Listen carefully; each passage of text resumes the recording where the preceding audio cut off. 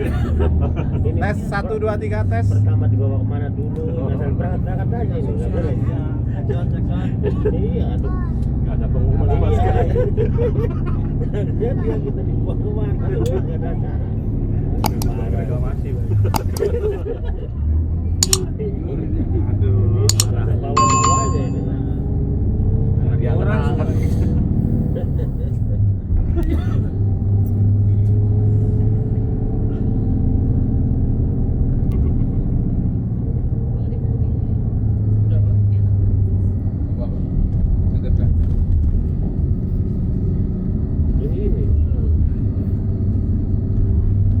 Air mancur tuh. Mantap ya kan.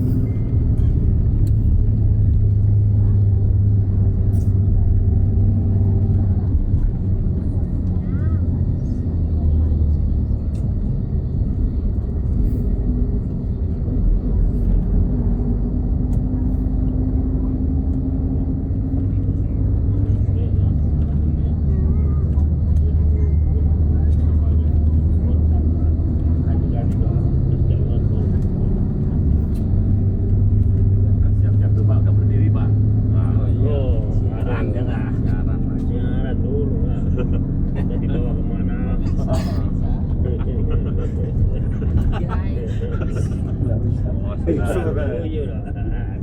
Oh iya ibu, selamat pagi semua, gimana? Oke.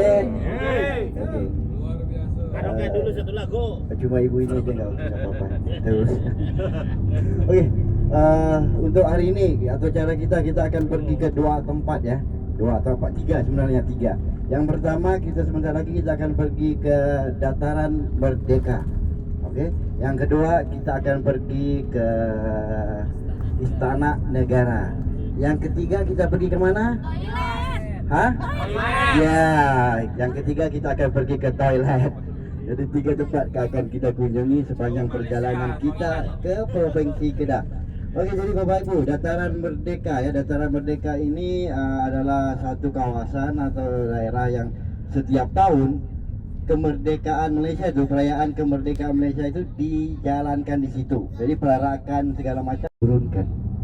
Ya, digantikan dengan bendera jalur gemilang.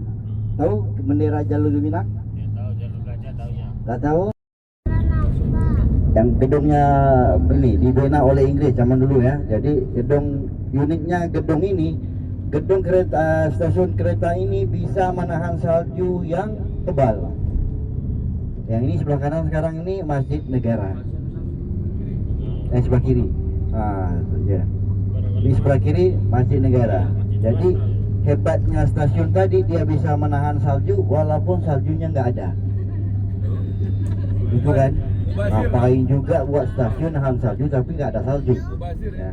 Karena stasiun tadi itu dibina atau dibangunin oleh Inggris. Dimana ketika itu setiap gedung yang dibangunin oleh Inggris itu harus mengikut spek daripada London. Mengikut spek atau cara yang dari London, setiap gedung yang didirikan harus nahan salju karena di London tak ada salju. Jadi dia bawa kemari, dia buat gedung itu jadi harus mengikut di London sana. Makanya dia bisa menahan salju yang tebal. Dan kita lihat, kita parking aja, maaf.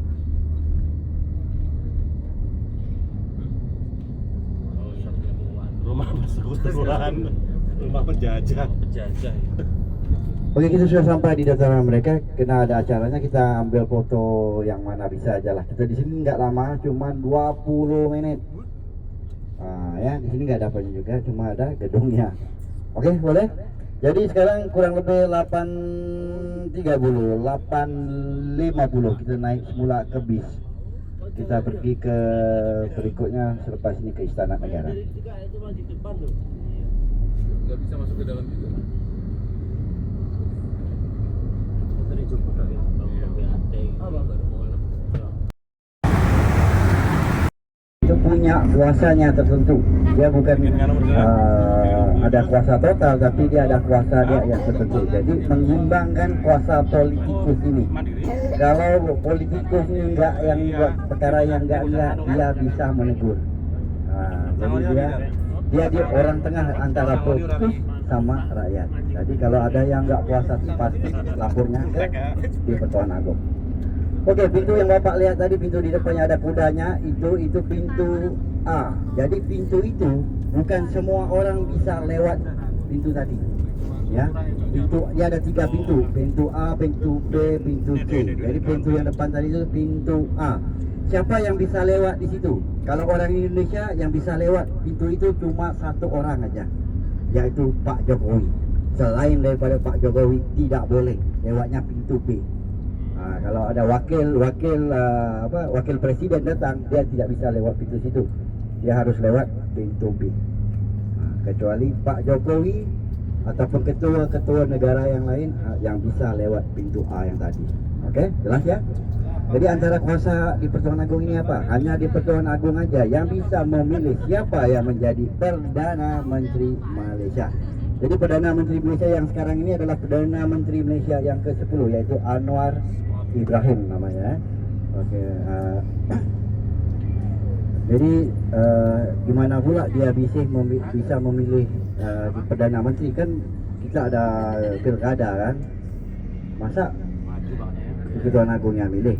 Nah, jadi sistem pemerintahan Indonesia ini gini, ada pilkada kan, jadi orang semua pergi 12 itu, jadi partai yang mana menang mayoritas 2/3, dia yang partai itu akan memerintah atau memimpin negara.